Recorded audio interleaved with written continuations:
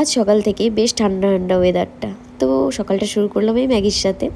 তারপর রেডি হয়ে বেরিয়ে গেলাম অফিসের জন্যে। আর অফিসে গিয়ে না মাঝে মাঝে কাজে আমি এভাবেই ফাঁকি দিতে থাকি।